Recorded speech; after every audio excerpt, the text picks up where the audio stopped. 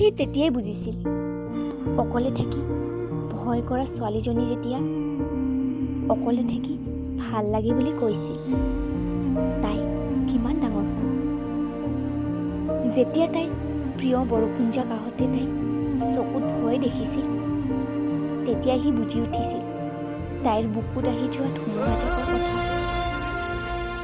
সুধিব খুজিও যে সি ৰৈ গৈছিল কাৰণ সি ভবা নাছিল তাৰ অনুপস্থিত কোনোবাই তাইৰ জীৱনত ধুমুহা আনিব পাৰে বুলি।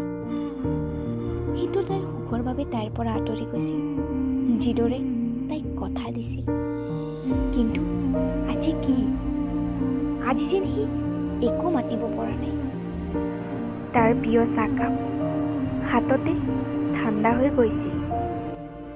কিছু সময় পাছত তাই কৈছিল, কি হ'ল? বৰষুণজাক কমিলে, মোৰ দেৰিও হৈ আছে, মই গৈ থাকোঁ। চাহকাপ খাই ভাল লাগিল, সদায় ভালে থাকা।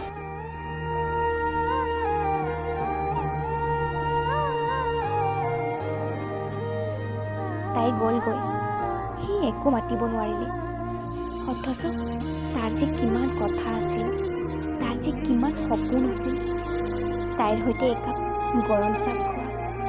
হয়তো সকলোৱে নুবুজিব প্ৰিয় চাহকাপ ঠাণ্ডা হৈ যোৱা আৰু প্ৰিয় মানুহজন চিৰদিনৰ কাৰণে এৰি অহা কিমান কষ্টকৰ হ'ব পাৰে।